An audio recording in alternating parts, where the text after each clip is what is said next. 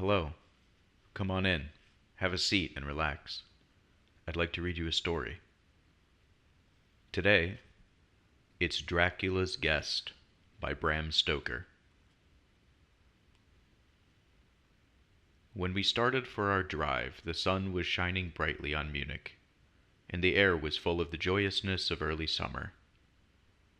Just as we were about to depart, Herr Delbruck, the maitre d' of the Quatre Saisons, where I was staying, came down bareheaded to the carriage, and, after wishing me a pleasant drive, said to the coachman, still holding his hand on the handle of the carriage door, "Remember you are back by nightfall. The sky looks bright, but there is a shiver in the north wind that says there may be a sudden storm. But I am sure you will not be late." Here he smiled and added, "For you know what night it is." Johann answered with an emphatic "Ja, mein Herr," and touching his hat, drove off quickly. When we had cleared the town, I said, after signaling him to stop, "Tell me, Johann, what is tonight?" He crossed himself as he answered laconically, "Walpurgisnacht." Then he took out his watch, a great old-fashioned German silver thing as big as a turnip, and looked at it, with his eyebrows gathered together and a little impatient shrug of his shoulders.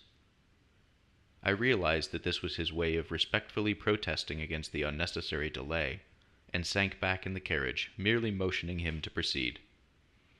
He started off rapidly, as if to make up for lost time. Every now and then the horses seemed to throw up their heads and sniffed the air suspiciously. On such occasions I often looked round in alarm. The road was pretty bleak, for we were traversing a sort of high wind-swept plateau. As we drove, I saw a road that looked but little used, and which seemed to dip through a little winding valley. It looked so inviting that, even at the risk of offending him, I called Johann to stop, and when he had pulled up, I told him that I would like to drive down that road. He made all sorts of excuses, and frequently crossed himself as he spoke. This somewhat piqued my curiosity, so I asked him various questions. He answered fencingly, and repeatedly looked at his watch in protest. Finally I said, "Well, Johann, I want to go down this road. I shall not ask you to come unless you like. But tell me why you do not like to go, that is all I ask." For answer, he seemed to throw himself off the box, so quickly did he reach the ground. Then he stretched out his hands appealingly to me, and implored me not to go. There was just enough of English mixed with the German for me to understand the drift of his talk. He seemed always just about to tell me something, the very idea of which evidently frightened him, but each time he pulled himself up, saying, as he crossed himself, "Walpurgisnacht." I tried to argue with him, but it was difficult to argue with a man when I did not know his language. The advantage certainly rested with him, for although he began to speak in English, of a very crude and broken kind, he always got excited and broke into his native tongue, and every time he did so, he looked at his watch. Then the horses became restless and sniffed the air. At this he grew very pale, and looked around in a frightened way. He suddenly jumped forward, took them by the bridles, and led them on some 20 feet. I followed and asked why he had done this. For answer, he crossed himself, pointed to the spot we had left, and drew his carriage in the direction of the other road, indicating a cross, and said, first in German, then in English, "Buried him what killed themselves." I remembered the old custom of burying suicides at crossroads. "Ah, I see, a suicide. How interesting." But for the life of me, I could not make out why the horses were frightened. Whilst we were talking, we heard a sort of sound between a yelp and a bark. It was far away, but the horses got very restless, and it took Johann all his time to quiet them. He was pale, and said, "It sounds like a wolf, but yet there are no wolves here now." "No?" I said, questioning him. "Isn't it long since the wolves were so near the city?" "Long, long," he answered, "in the spring and summer, but with the snow the wolves have been here not so long." Whilst he was petting the horses and trying to quiet them, dark clouds drifted rapidly across the sky. The sunshine passed away, and a breath of cold wind seemed to drift past us. It was only a breath, however, and more in the nature of a warning than a fact, for the sun came out brightly again. Johann looked under his lifted hand at the horizon and said, "The storm of snow, he comes before long time." Then he looked at his watch again, and straightway holding his reins firmly, for the horses were still pawing the ground restlessly and shaking their heads, he climbed to his box as though the time had come for proceeding on our journey. I felt a little obstinate and did not at once get into the carriage. "Tell me," I said, "about this place where the road leads," and I pointed down. Again he crossed himself and mumbled a prayer before he answered, "It is unholy." "What is unholy?" I inquired. "The village." "Then there is a village?" "No, no. No one lives there hundreds of years." My curiosity was piqued. "But you said there was a village." "There was." "Where is it now?" Whereupon he burst into a long story in German and English, so mixed up that I could not quite understand exactly what he said, but roughly I gathered that long ago, hundreds of years, men had died there and been buried in their graves, and sounds were heard under the clay, and when the graves were opened, men and women were found rosy with life, and their mouths red with blood. And so, in haste to save their lives, aye, and their souls, and here he crossed himself, those who were left fled away to other places, where the living lived and the dead were dead, and not something. He was evidently afraid to speak the last words. As he proceeded with his narration, he grew more and more excited. It seemed as if his imagination had got hold of him, and he ended in a perfect paroxysm of fear, white-faced, perspiring, trembling, and looking round him, as if expecting that some dreadful presence would manifest itself there in the bright sunshine on the open plain. Finally, in an agony of desperation, he cried, "Walpurgis Nacht!" and pointed to the carriage for me to get in. All my English blood rose at this, and standing back, I said, "You are afraid, Johann, you are afraid. Go home. I shall return alone. The walk will do me good." The carriage door was open. I took from the seat my oak walking stick, which I always carry on my holiday excursions, and closed the door, pointing back to Munich, and said, "Go home, Johann. Walpurgis Nacht doesn't concern Englishmen."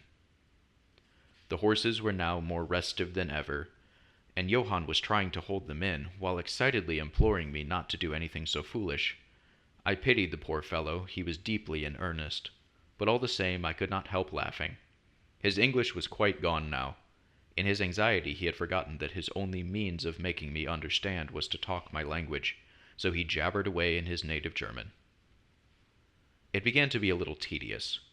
After giving the direction, "Home," I turned to go down the crossroad into the valley. With a despairing gesture, Johann turned his horses towards Munich. I leaned on my stick and looked after him. He went slowly along the road for a while. Then there came over the crest of the hill a man, tall and thin. I could see so much in the distance. When he drew near the horses, they began to jump and kick about, then to scream with terror. Johann could not hold them in. They bolted down the road, running away madly.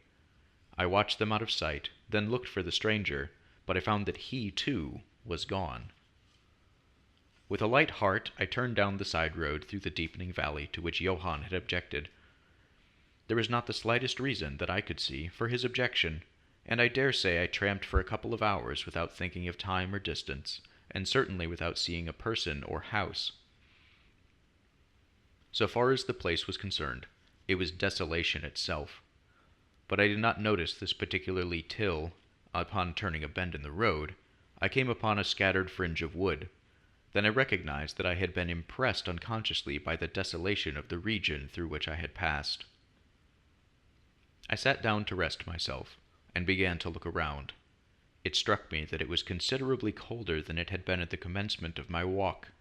A sort of sighing sound seemed to be around me, and with, now and then, high overhead, a sort of muffled roar. Upon looking upwards, I noticed that great thick clouds were drifting rapidly across the sky from north to south at a great height.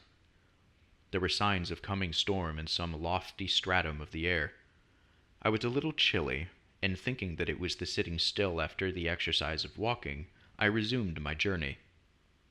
The ground I passed over was now much more picturesque. There were no striking objects that the eye might single out, but in all there was a charm of beauty. I took little heed of time, and it was only when the deepening twilight forced itself upon me that I began to think of how I should find my way home. The brightness of the day had gone. The air was cold, and the drifting of clouds high overhead was more marked. They were accompanied by a sort of far-away rushing sound, through which seemed to come at intervals that mysterious cry which the driver said came from a wolf. For a while I hesitated. I had said I would see the deserted village, so on I went, and presently came on a wide stretch of open country, shut in by hills all around. Their sides were covered with trees which spread down to the plain, dotting, in clumps, the gentler slopes and hollows which showed here and there. I followed with my eye the winding of the road, and saw that it curved close to one of the densest of these clumps, and was lost behind it. As I looked, there came a cold shiver in the air, and the snow began to fall. I thought of the miles and miles of bleak country I had passed, and then hurried on to seek the shelter of the wood in front. Darker and darker grew the sky, and faster and heavier fell the snow, till the earth before and around me was a glistening white carpet, the further edge of which was lost in misty vagueness. The road was here but crude, and when on the level its boundaries were not so marked as when it passed through the cuttings, and in a little while I found I must have strayed from it, for I missed underfoot the hard surface, and my feet sank deeper in the grass and moss. Then the wind grew stronger, and blew with ever-increasing force, till I was fain to run before it. The air became icy cold, and in spite of my exercise I began to suffer. The snow was now falling so thickly and whirling around me in such rapid eddies that I could hardly keep my eyes open. Every now and then the heavens were torn asunder by vivid lightning, and in the flashes I could see ahead of me a great mass of trees, chiefly yew and cypress, all heavily coated with snow. I was soon amongst the shelter of the trees, and there, in comparative silence, I could hear the rush of the wind high overhead. Presently the blackness of the storm had become merged in the darkness of the night. By and by the storm seemed to be passing away. It now only came in fierce puffs or blasts. At such moments the weird sound of the wolf appeared to be echoed by many similar sounds around me. Now and again, through the black mass of drifting cloud, came a straggling ray of moonlight, which lit up the expanse and showed me that I was at the edge of a dense mass of cypress and yew trees. As the snow had ceased to fall, I walked out from the shelter and began to investigate more closely. It appeared to me that, amongst so many old foundations as I had passed, there might still be standing a house in which, though in ruins, I could find some sort of shelter for a while. As I skirted the edge of the copse, I found that a low wall encircled it, and following this I presently found an opening. Here the cypresses formed an alley leading up to a square mass of some kind of building. Just as I caught sight of this, however, the drifting clouds obscured the moon, and I passed up the path in darkness. The wind must have grown colder, for I felt myself shiver as I walked, but there was hope of shelter, and I groped my way blindly on. I stopped, for there was a sudden stillness. The storm had passed, and perhaps in sympathy with nature's silence, my heart seemed to cease to beat. But this was only momentarily, for suddenly the moonlight broke through the clouds, showing me that I was in a graveyard, and that the square object before me was a great massive tomb of marble, as white as the snow that lay on and all around it. With the moonlight there came a fierce sigh of the storm, which appeared to resume its course with a long, low howl, as of many dogs or wolves. I was awed and shocked, and felt the cold perceptibly grow upon me till it seemed to grip me by the heart. Then, while the flood of moonlight still fell on the marble tomb, the storm gave further evidence of renewing, as though it was returning on its track. Impelled by some sort of fascination, I approached the sepulchre to see what it was, and why such a thing stood alone in such a place. I walked around it, and read, over the Doric door in German, Countess Dolingen of Graz, in Styria, sought and found death, 1801. On the top of the tomb, seemingly driven through the solid marble, for the structure was composed of a few vast blocks of stone, was a great iron spike or stake. On going to the back, I saw, graven in great Russian letters, "The dead travel fast." There was something so weird and uncanny about the whole thing that it gave me a turn, and made me feel quite faint. I began to wish, for the first time, that I had taken Johann's advice. Here a thought struck me, which came under almost mysterious circumstances and with a terrible shock. This was Walpurgis Night! Walpurgis Night, when, according to the belief of millions of people, the devil was abroad. When the graves were opened and the dead came forth and walked. When all evil things of earth and air and water held revel. This very place the driver had specially shunned.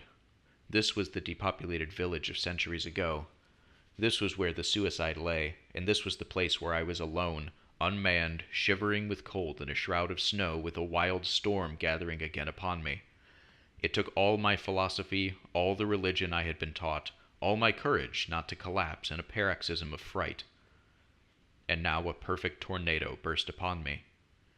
The ground shook as though thousands of horses thundered across it, and this time the storm bore on its icy wings not snow, but great hailstones, which drove with such violence that they might have come from the thongs of Balearic slingers, hailstones that bent down leaf and branch and made the shelter of the cypresses of no more avail than though their stems were standing corn.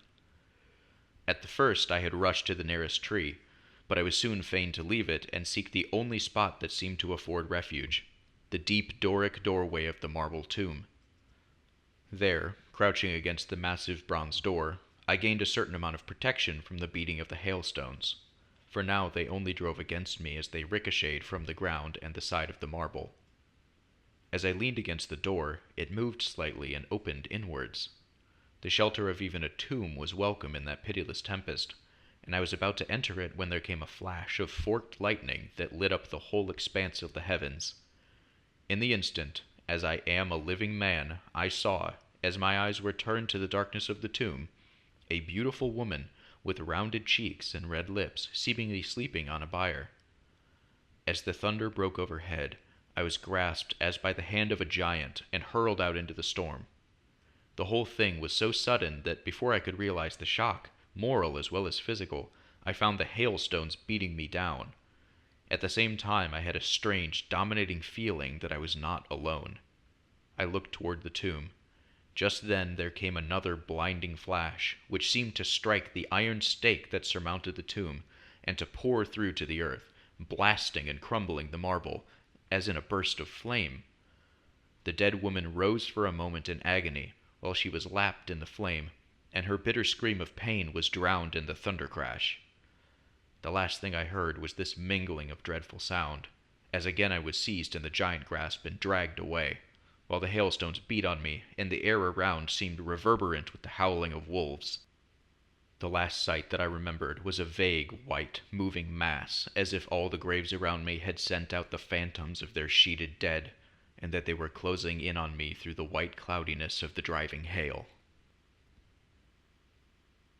Gradually, there came a sort of vague beginning of consciousness, then a sense of weariness that was dreadful. For a time I remembered nothing, but slowly my senses returned. My feet seemed positively racked with pain, yet I could not move them. They seemed to be numbed.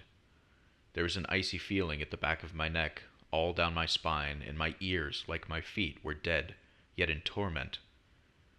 But there was in my breast a sense of warmth, which was, by comparison, delicious. It was as a nightmare, a physical nightmare, if one may use such an expression, for some heavy weight on my chest made it difficult for me to breathe. This period of semi-lethargy seemed to remain a long time, and as it faded away, I must have slept or swooned. There came a sort of loathing, like the first stage of seasickness, and a wild desire to be freed from something, I knew not what. A vast stillness enveloped me, as though all the world were asleep or dead, only broken by the low panting as of some animal close to me. I felt a warm rasping in my throat, then came a consciousness of the awful truth, which chilled me to the heart, and sent the blood surging up through my brain. Some great animal was lying on me, and now licking my throat. I feared to stir, for some instinct of prudence bade me lie still, but the brute seemed to realize that there was now some change in me, for it raised its head. Through my eyelashes I saw above me the two great flaming eyes of a gigantic wolf. Its sharp white teeth gleamed in the gaping red mouth, and I could feel its hot breath fierce and acrid upon me. For another spell of time I remembered no more. Then I became conscious of a low growl, followed by a yelp, renewed again and again. Then, seemingly very far away, I heard a "Hello! Hello!" as of many voices calling in unison. Cautiously I raised my head and looked in the direction whence the sound came, but the cemetery blocked my view. The wolf still continued to yelp in a strange way, and a red glare began to move round the grove of cypresses, as though following the sound.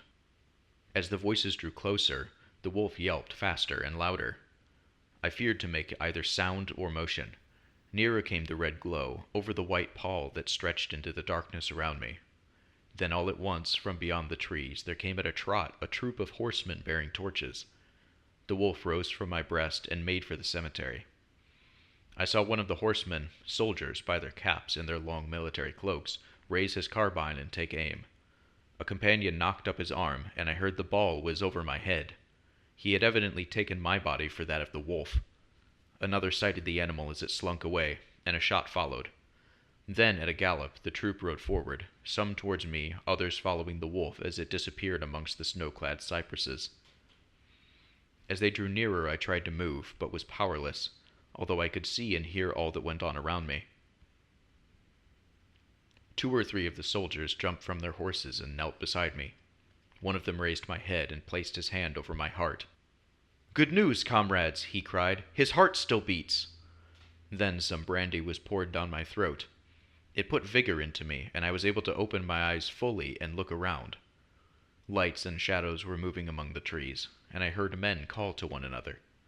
They drew together, uttering frightened exclamations, and the lights flashed as the others came pouring out of the cemetery pell-mell, like men possessed. When the further ones came close to us, those who were around me asked them eagerly, "Well, have you found him?" The reply rang out hurriedly, "No, no! Come away, quick! This is no place to stay, and on this of all nights!" "What was it?" was the question, asked in all manner of keys. The answer came variously, and all indefinitely, as though the men were moved by some common impulse to speak, yet were restrained by some common fear from giving their thoughts.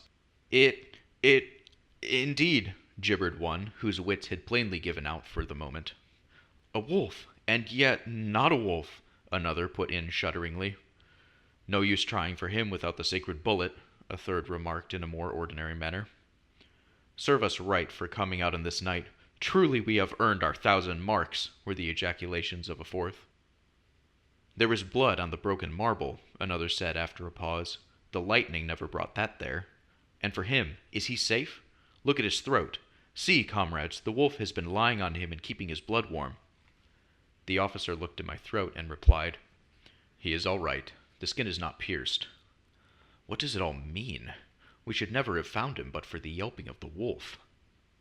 "What became of it?" asked the man who was holding up my head, and who seemed the least panic-stricken of the party, for his hands were steady and without tremor. On his sleeve was the chevron of a petty officer. "It went to its home," answered the man, whose long face was pallid and who actually shook with terror as he glanced around him fearfully. "There are graves enough there in which it may lie. Come, comrades, come quickly, let us leave this cursed spot." The officer raised me to a sitting posture as he uttered a word of command. Then several men placed me upon a horse. He sprang to the saddle behind me, took me in his arms, and gave the word to advance, and turning our faces away from the cypresses, we rode away in swift military order. As yet my tongue refused its office, and I was perforce silent. I must have fallen asleep, for the next thing I remembered was finding myself standing up, supported by a soldier on each side of me. It was almost broad daylight, and to the north a red streak of sunlight was reflected, like a path of blood, over the waste of snow. The officer was telling the men to say nothing of what they had seen, except that they had found an English stranger guarded by a large dog. "Dog? That was no dog," cut in the man who had exhibited such fear. "I think I know a wolf when I see one." The young officer answered calmly. I said, "A dog." "Dog," reiterated the other ironically. It was evident that his courage was rising with the sun, and, pointing to me, he said, "Look at his throat." Is that the work of a dog, master? Instinctively I raised my hand to my throat, and as I touched it I cried out in pain. The men crowded round to look, some stooping down from their saddles, and again there came the calm voice of the young officer. A dog, as I said. If aught else were said, we should only be laughed at. I was then mounted behind a trooper, and we rode on into the suburbs of Munich. Here we came across a stray carriage, into which I was lifted, and it was driven off to the Quatre Saisons, the young officer accompanying me, whilst a trooper followed with his horse, and the others rode off to their barracks. When we arrived, Herr Delbruck rushed so quickly down the steps to meet me that it was apparent he had been watching within. Taking me by both hands, he solicitously led me in.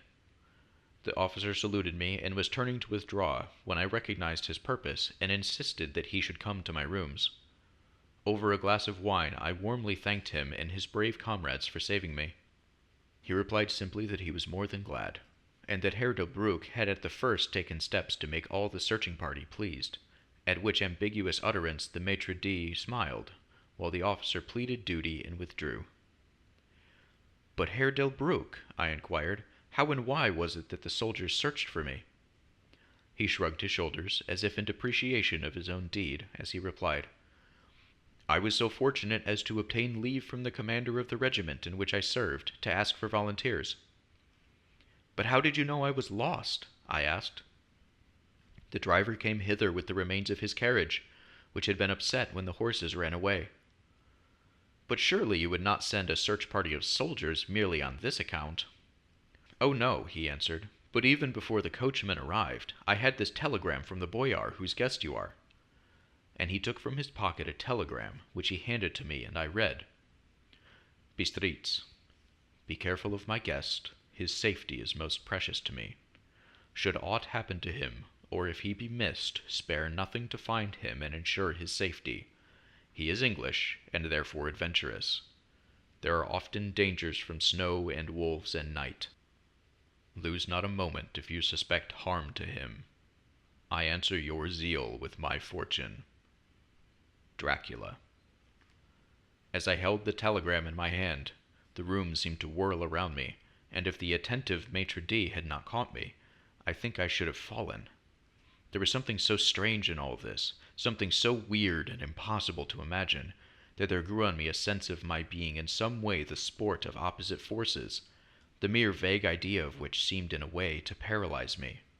I was certainly under some form of mysterious protection. From a distant country had come, in the very nick of time, a message that took me out of the danger of the snow sleep and the jaws of the wolf.